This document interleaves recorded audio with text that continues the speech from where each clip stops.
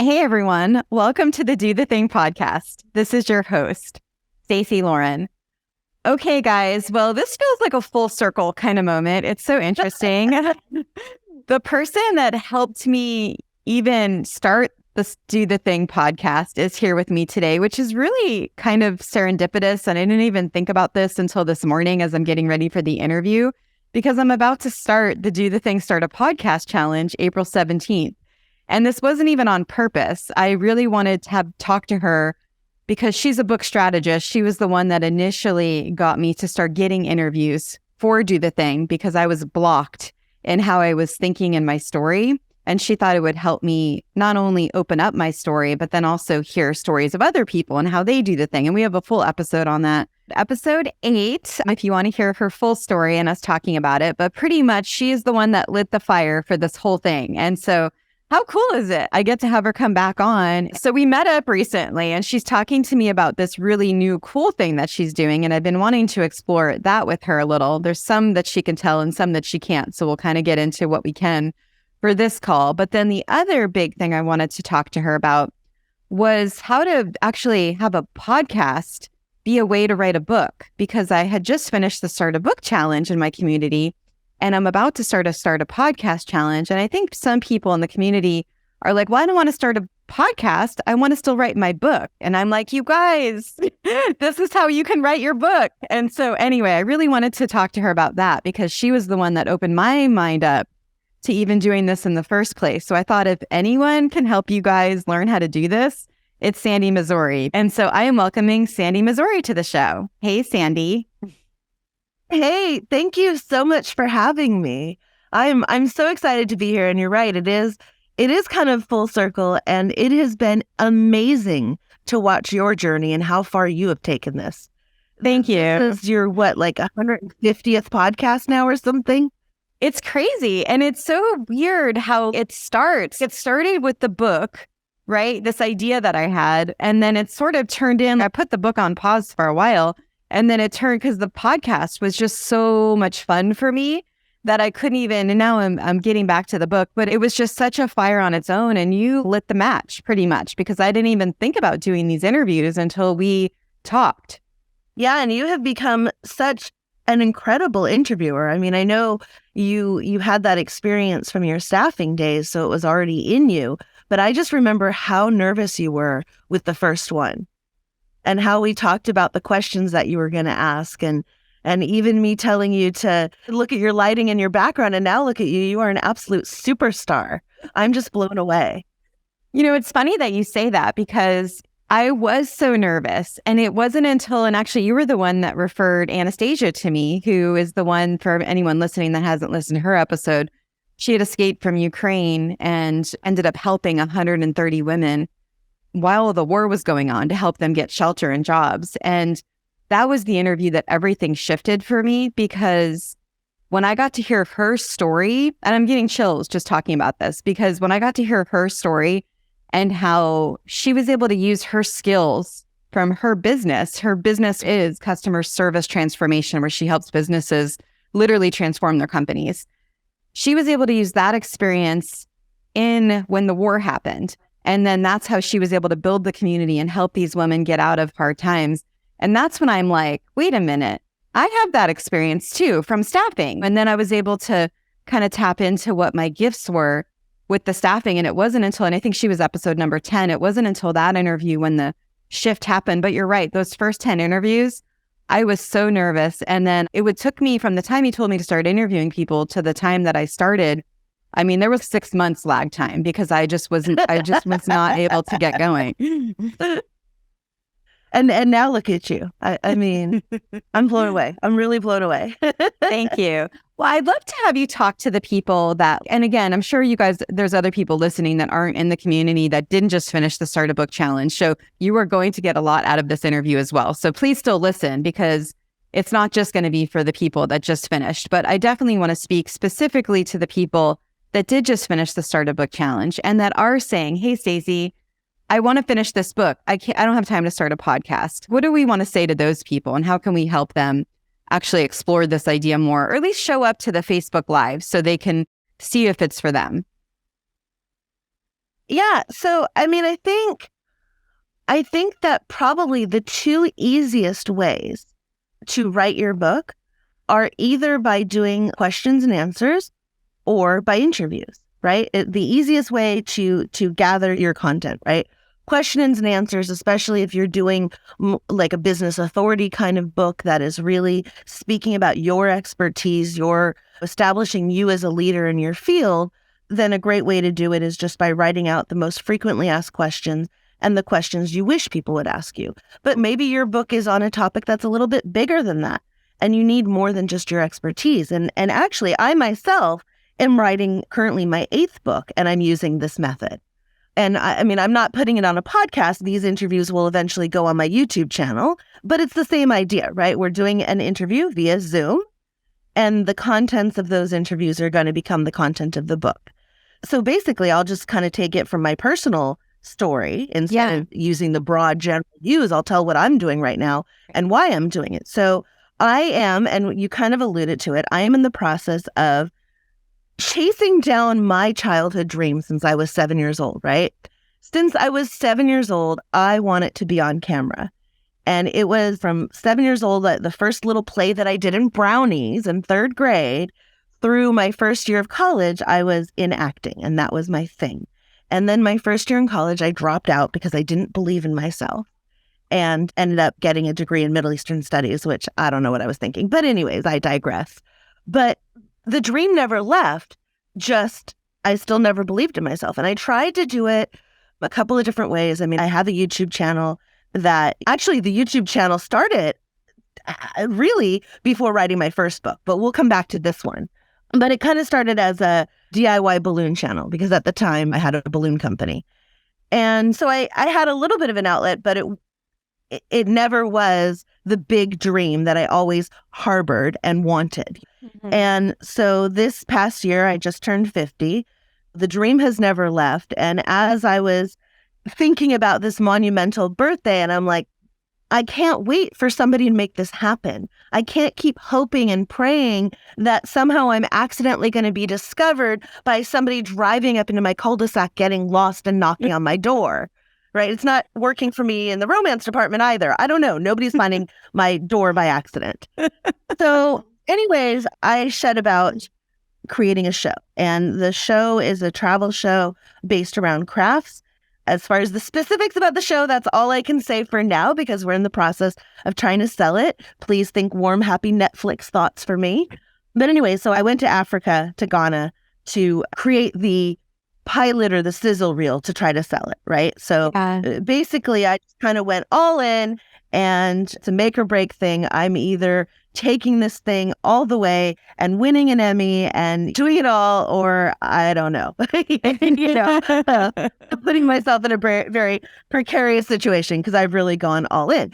But as part of it, I need to, because I have a standing with balloons and I'm crafty. I like doing craft things, like I paint my little hair flowers and I make my little barrettes, but I need to really raise my image so that when the studio heads go looking for me, I'm very clearly attached to crafts. And so to do that, I'm writing a book about crafts.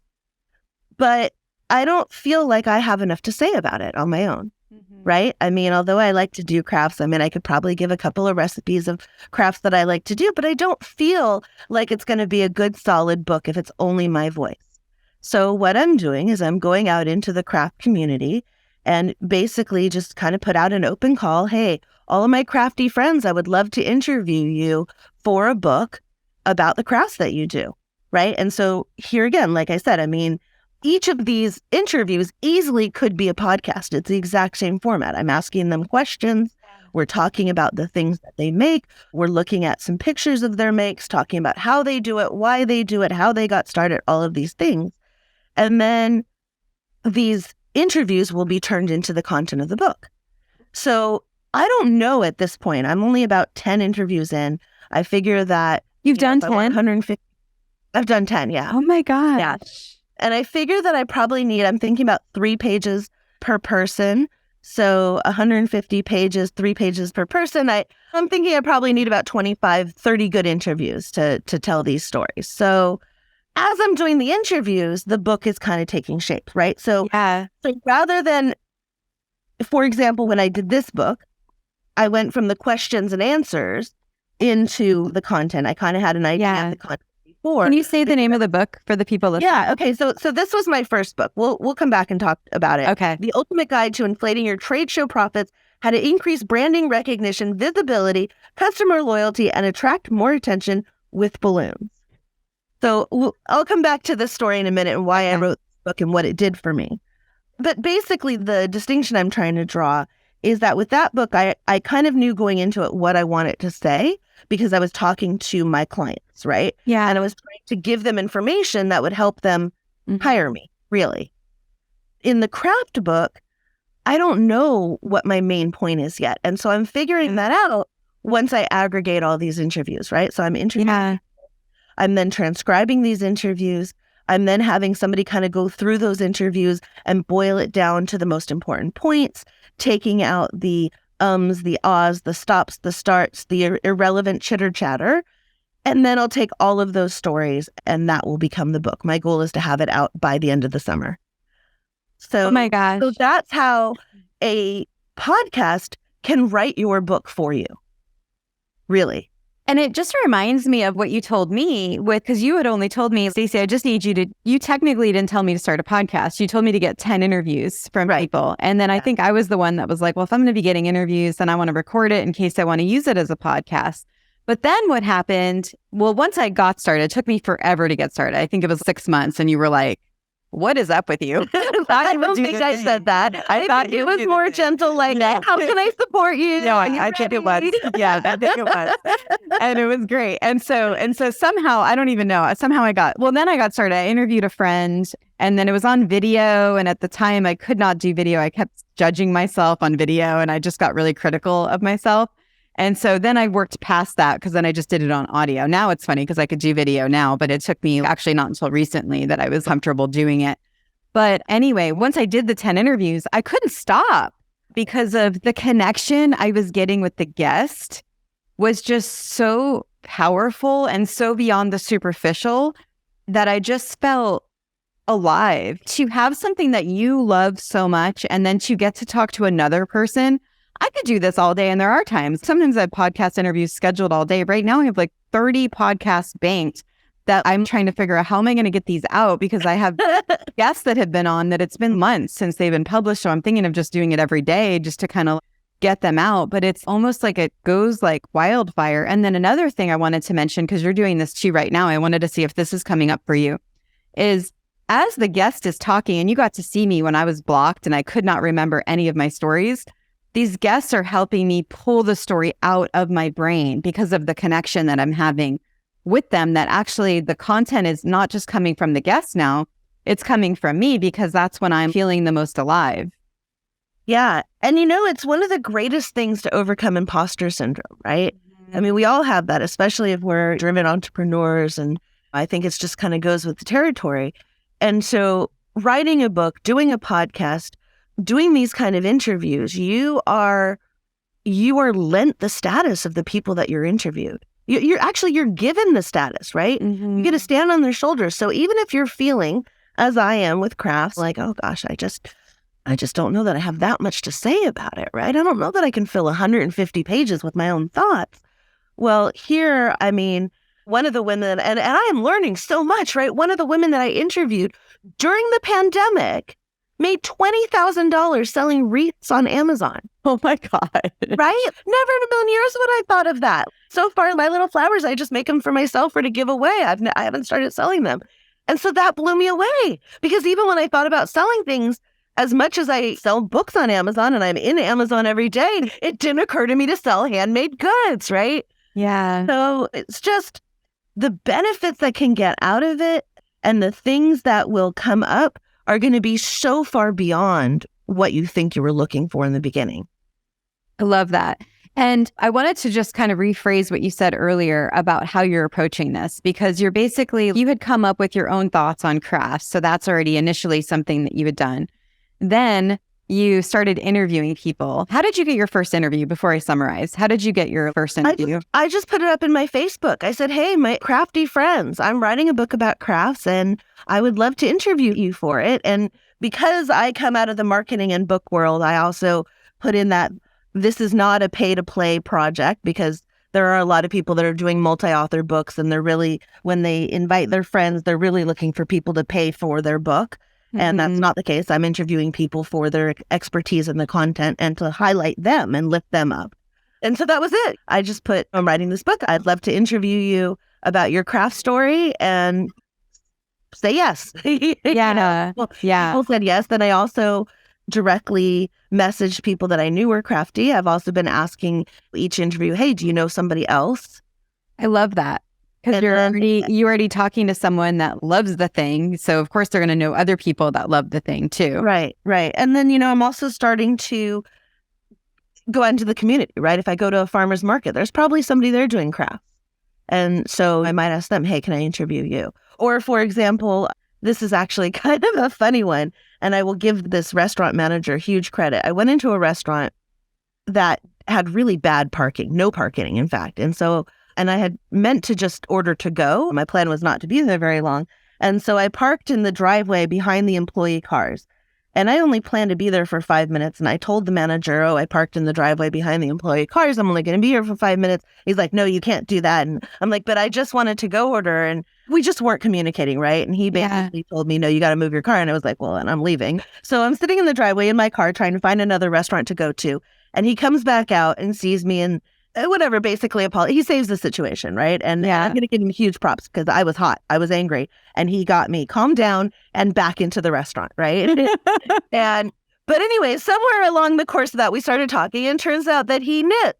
And he knits figures, right? And so then I'm like, oh, can I interview you, right? So, here's something that went from a very tense situation to now studies, and I'm going to be interviewing him for the book. So. Yeah. Here's something else that's interesting. It's just when you get to have this opportunity to interview people, and we'll use that as our frame right now, you don't even know what's going to come up. So as you're talking to me about crafts, I didn't even have this connection point, but my sister is a teacher. I don't know if I told you about her, but she's amazing. And she's been wanting to get out of teaching for a while. And so I've been looking at buying a business for her to invest, and then she would run it and then we would split it basically. And I'm literally right now about to buy a craft business because she's a crafter.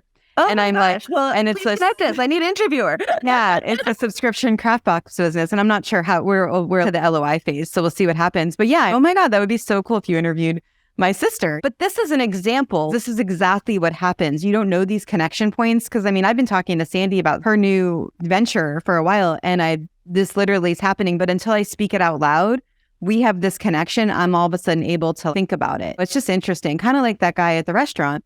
You wouldn't have had the same kind of level of connection if you weren't working on this venture, because you might have just eaten your meal and then, okay, at least he got me back in. But now you have this meaningful remembrance of this experience and how you were able to come out of it.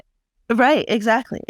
And here's the thing, right? I know for a lot of beginning podcasters, a lot of people who are starting their books, again, this imposter syndrome, this sense of, well, who am I to do this? Who am I to ask them to be on the show? Oh, I don't have an audience. I haven't developed anything. It doesn't matter. People are honored to do it. And a lot of people recognize that even if you're just starting out, those episodes are banked, right? They're there for forever. So even though, for example, I'm going on somebody's show that's a brand new show next week, I know that she doesn't have an audience yet. I don't care, because you know what? That interview may well be found a year from now when she's developed a huge audience. Yeah. Right? And when you go back to your tribe and you're like, oh, guys, I did this interview, I was on this podcast, it only lifts you up, right? Even if there were only 2 listeners when it first aired or when it first released. Yeah, the other thing that's coming to my mind that you're saying is when you interview with someone new and they have a different style and a different lens, more parts of your story come out and more parts of you come out. So she could be getting something out of you that you can then use for your book. So in essence, when you're getting interviewed, it doesn't really matter what their following is, because you're getting to learn more about yourself. And especially if you're using it for a book, you're able to use that content for what you're creating. Absolutely. And you're also putting it out there to your audience as well, right? Which is then raising your status there too, right? And then those interviews also will come up in searches. So true. And the same thing, going back to the searchability of those interviews, even as a brand new beginning podcaster, that's still a gift that you are giving to your guests, right? Yeah. Even if it's only your mom and your brother watching it the first time that it's put out, it's out there. Google's going to find it. And you are still raising the status of your guests. So don't like, oh, I'm just starting. Why should anybody do it with me? They'll love to. They'll be happy to. The other thing that's coming to my mind that I love about my podcast is any idea that I want to explore, I can just like this. I could bring you on and explore it with you. And you like it. We both like it because you like talking about this. I like talking about this. And then it helps us open up this conversation. It's almost like you're getting to constantly have these mini masterminds with people. I just started a new comedy workshop and it started Saturday. This time I want to do mine on comfort zone. And I know someone that really speaks well on comfort zone. Actually, he's the president of my Toastmasters club that I'm a member of. And I'm like, oh my gosh, I just emailed him saying, hey, can we talk? Because he's going to help me now create content. He doesn't even know it, even though I did email him telling him. I said, hey, I'm most likely going to use our interview for some content for this comedy thing, but he's going to help things come out of my head. And then I'm going to see things from him. And then we're going to bounce off each other, just like what we're doing now. And that, I don't think people realize how powerful that is. Yes, that 1 + 1 is more than 3. Totally. So, okay, I wanted to go back to the summarizing of what you're doing right now. So we talked about how you're getting the interview, and I love that idea of, number one, just posting in your Facebook group. That seems like a really just non-threatening way to get started. I love that idea. And then you're just asking those people, who else can you refer me to? Which is kind of what happened with us, right? You helped my engine go by referring me. I think you gave me 10 people immediately that I got to interview, which was really helpful. And so that's what gets it started. You got to get the momentum started. And then from there, now, my gosh, you're comfortable going to a farmer's market and approaching random people that you don't know yet and seeing if they want to be on your podcast. And so it just sort of goes as your momentum goes because your confidence grows. Oh, for sure. For sure. And like I said, I mean, it really takes the imposter syndrome, the I don't know what to talk about in my book out. Now, there's a couple different ways to do it once you have those interviews, right? So I don't want anybody to think, oh, I just take those interviews and that's and boom, I'm done. There's no work to it, right? Because that's the inspiration. You still got the perspiration. So the easiest way then to do it is to just clean up the interviews and release them in your book as full interviews, right? That's the easiest way, is just put out the transcripts of the interviews, edited for clarity and for Which is like chicken soup for the soul, right? That's kind of like what they did. Chicken Soup for the Soul, I believe, invites people to write essays. Oh, okay. Yeah. So actually I have my 7th book, which is a book about writing books. I did it that way. I guess this was one of the advanced copies. Okay. I have another one somewhere here, but it doesn't matter. But so this book, in the first half of the book, I tell, here's what you need to know about writing a book, about publishing a book, right? Yeah. I'm answering. So this is kind of a hybrid of the way I did this book. Yeah. And the way I'm doing my current book, right? And the one that Sandy's holding up is called Book It. Book It, right. Yeah. And so this book, the first section is a how-to, questions and answers. And then the second section is I interviewed some of my clients about their book and how they did it and what it did for them. Yeah. Right? So you see that I've actually just used the interviews. Let's see, I'm trying to get it with the virtual background so that it goes up. I have a window behind me, so it gets a little bit weird lighting. But anyways, you can kind of see, right? Yeah. So you basically use straight on their interview and then you put it into the book.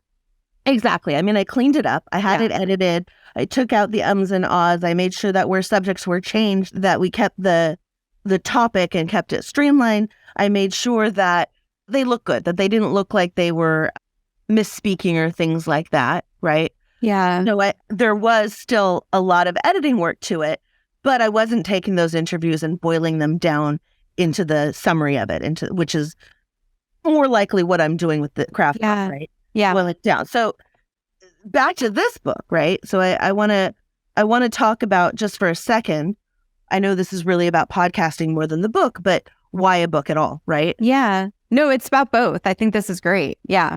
So when I wrote this book, I owned a balloon company decorating parties and events. And I had a problem in that I was specializing in corporate events and big events. But anytime you tell somebody, oh, I'm a balloon artist, they think clown, right? I'm like, oh, that's so cute. So you do birthday parties. And yes, I did do birthday parties also, because if somebody's going to offer me money, why would I turn it down? But really, I did these giant events. For example, I was on the team that did Obama's last Halloween in the White House, right? So really big events. So I was going to a lot of marketing conferences at the time to make sure that my website stayed number one in Google. And one day, actually, the funny thing is the guy that got me started in books was talking about podcasting. Wow. So I was at a marketing conference. The guy on the stage was talking about podcasting, and it was a throwaway line. He's like, oh yeah, and I wrote a book answering people's questions about podcasting. And I went, oh, I could do that. Yeah. So, and I had made videos answering people's questions about balloons. And so basically I took those videos and again, kind of the same, had them transcribed. And rather than using it, I worked my way through it. I summarized it. I took those questions that I answered in the videos and then boiled them down into the summary of it, into the critical information. And then I looked at it and said, okay, well, where's the holes in the information? Right? What did I not say? What did I cut myself off from saying? So what needs to be filled in there? Right? And so that is how this book was written in its entirety. And two things happened when I came out with this book. First of all, the same conversation. Oh, so what do you do? Oh, I'm a balloon artist. Oh, that's cute. So you do birthday parties. Well, no, actually, I do big corporate events, trade shows, and stages. Here, let me gift you a copy of my best-selling book. Wow. Right? So they take such a huge difference. Yeah. Huge difference. Completely changed the conversation. So they take the book and God, I hate this virtual thing. I mean, a little bit more light. I probably should put a backdrop behind me so that oh well. Anyway, so they take the book, they look at the cover, right? Yeah. Oh, wow, there's a cover. Then they flip it over, they look at the back where there's my picture. They look at the spine, they see that there's writing on the spine, they see that there's an ISBN. They flip through and see that there's actually pages with words in the book. And then this is the question that always cracked me up. Every single time they would look at me and go, you wrote this? I mean, I don't know. Who do you think wrote it? That's so funny. But so then funny. the conversation changed because no longer was it like, oh, well, why are you charging this and the guy down the street's charging that? Yeah, it changed everything. Became, hey, I only have $5,000 budget. Can you work with it? Whoa. Right? Totally different. Totally different. Amazing. And so then the other thing that happened was people started asking me to help them with their books. So that's how I started helping other people quite accidentally. And this book over my shoulder right here, 32 Ways to Outsmart Cancer, was my first book that I helped somebody else with. Wow. That's cool. I can't. So for the book so that's one strategy, which was basically either you're taking the interviews and you're putting them after you edit them a little, and then you're putting them straight into the book, or there's the way that you're doing it now, which you're doing it a little bit more detailed where you're transcribing. And then can you just kind of explain that process for anyone? So I'm putting it through an automated transcription. I use rev.com, but there's a ton of different transcription services, which is machine generated, right? So some things it might get a little bit funky if two people are talking at the same time. You may need to go through your interview and do a little bit of manual correction. And then going through that and first of all, redlining it for the ums and the ahs and the dropped content, right? And also making notes. Is there anything that I'm going to need to follow up on with the guest that they didn't finish this thought, but it's really critical to what I'm going to need? And I might need to follow up in a text message or an email like, hey, I didn't ask enough about this one question. Can you tell me more? Yeah. And then basically editing through it and summarizing it to what is their story, right? So, for example, Jamie started doing crafts with her grandmother when she was a young child. And to this day, the smell of hot glue takes her right back to her grandmother's kitchen. She originally started, and I'm totally making this up. This is not a real person or a real interview. It's just, she originally had an interest in making melted crayon crafts. But a couple years ago at a craft fair, she discovered batiking and became fascinated by it. And now batiking is her favorite craft. Her favorite project, again, totally making this up. Her favorite project was a 50-foot wall hanging that she donated to the National Institute of BS. I don't know. Yeah. Right. And she did it this way. And here's a picture of it. And here's what went into it. So, kind of like that. And this is kind of what I think it's going to look like, because I'm still in the information gathering stage. I'm still in what I call the inspiration window. So I'm not starting to boil down those interviews quite yet. Yeah. I know I'm collecting. The other thing that comes to my mind as you're talking that would be really good too is after they do the interview, then record what's coming alive for you after the interview, because that's when you're going to, every interview you get, it's going to pull out different parts of your brain. I like to call it the portals. It opens it up, and then you're going to be like, oh, wait, this is how I remember something from my past. And that's what's happening to me, which is kind of cool. So that's another way you can use the interview. You're using the interview for content, but then you're using it to pull out information from you too. Yeah, absolutely. And you're right. To make notes of your thoughts immediately following the interview is also a great way, because those things that really stick out with you right at that moment are probably parts that you really need for your book.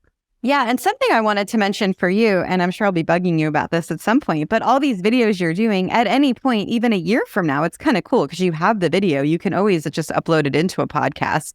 So it's kind of nice because once you have the content, whether right now, let's say you're putting everything into your podcast and then someday you want to do a YouTube, then you can still multi-purpose the content. That's actually what I'm doing right now. I'm about to do the thing on YouTube, and then I'll have a podcast and YouTube. And so, but I didn't start it both at the same time. I thought that would have been too overwhelming, and I like the way that I did it. But I think the same thing could be said for you, right? Where right now you can't think of all the multiple things going on, but it totally could be something that could easily go into a podcast too. Once you get the interviews, my point is, sorry, long way to say it, is once you get the interviews, that content can be used for anything. For sure. And it can be repurposed multiple different ways, right? Mm-hmm. I mean, you could take your snippets of it for your social media content, for your posting. Yeah. I mean, there's so many different ways that you can, once you've done your interviews, chop it up and multi-purpose it.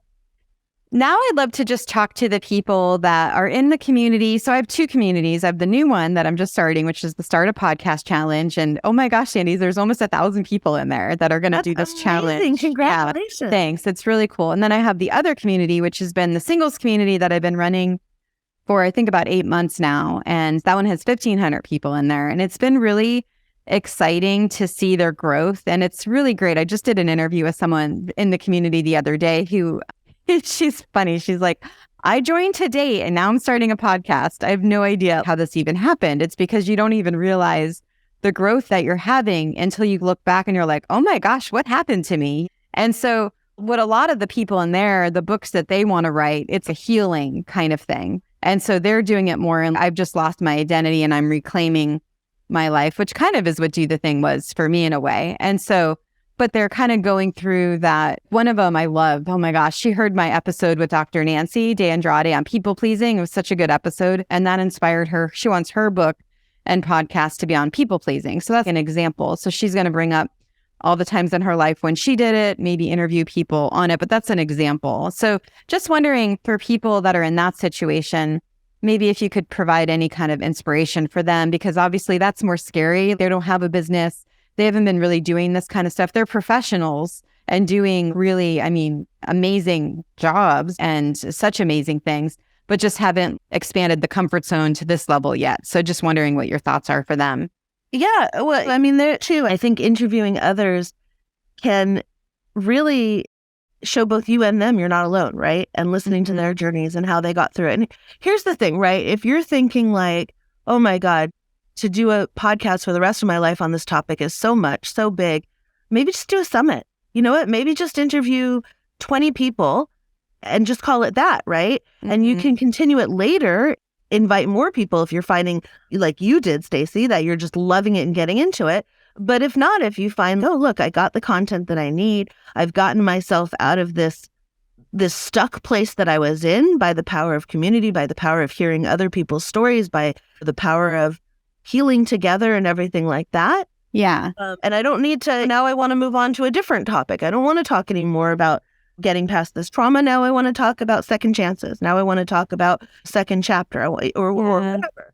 Right. So maybe that takes a little bit of the pressure off, that it could be something evolving as what in TV they would call a mini series, right? We can call it a mini podcast or something like that. I love that. I'm so excited. I just wrote it down because I want to mention it tonight. I have a Zoom with the singles group tonight, and I'm trying to get more of them to move over because I just know what it's going to do for them in a way that's not completely harassing.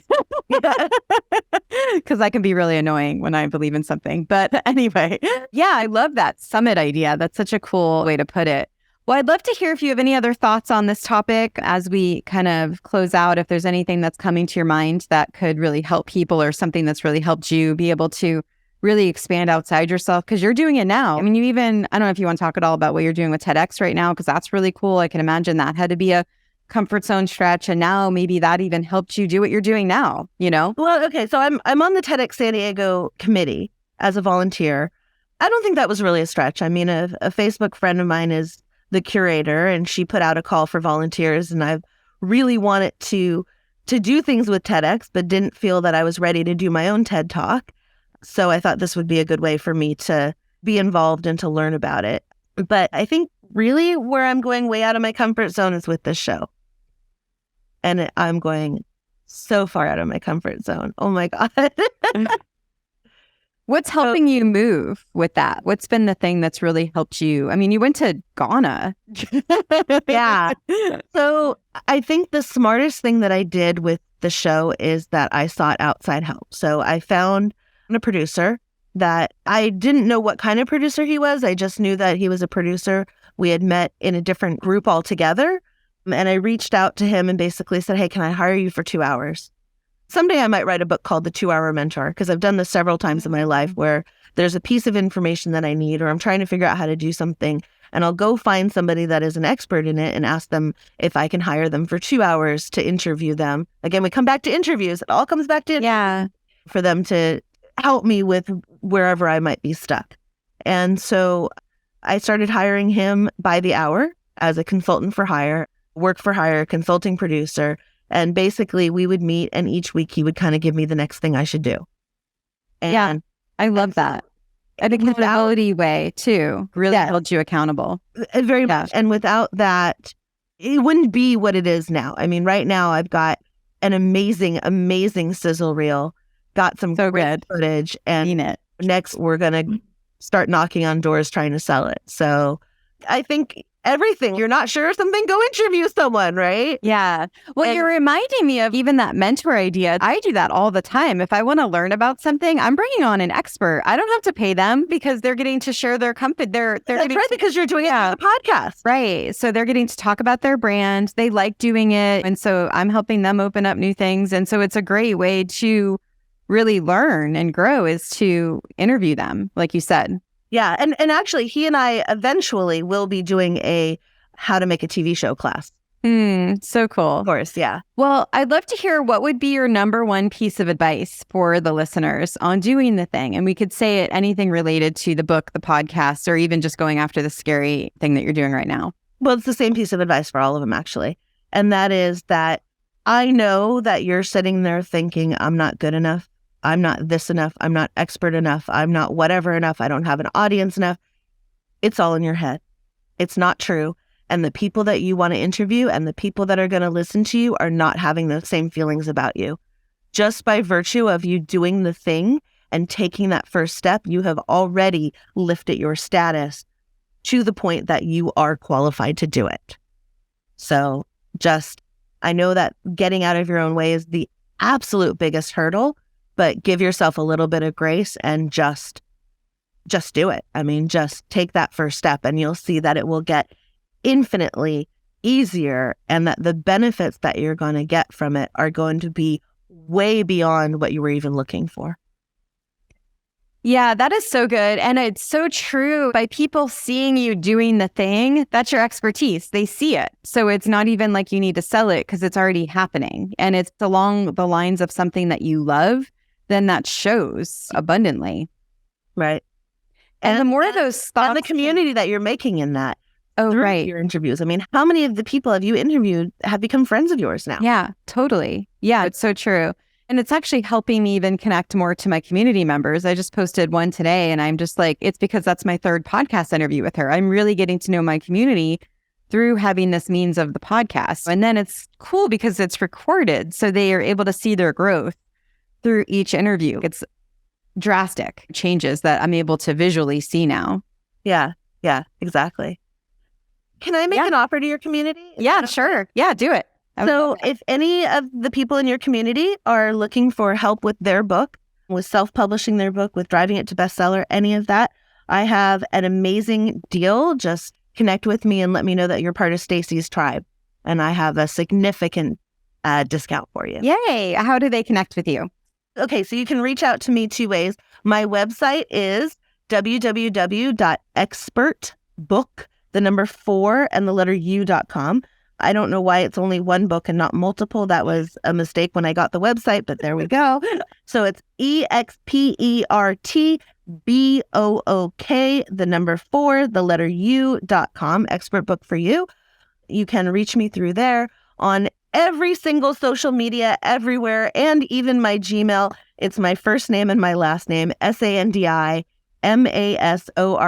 So LinkedIn, Facebook, Instagram, Gmail, you can find me. I am very Googleable. My phone number is everywhere. So just reach out. I'm available. Thank you. Just answer questions. That's so cool. Thanks for the offer too. And thanks for doing this with me. Thanks for lighting the match that started this whole craziness that I'm doing now. And I'm just so thankful for you. I have just been loving watching you take off. I mean, it's been an honor.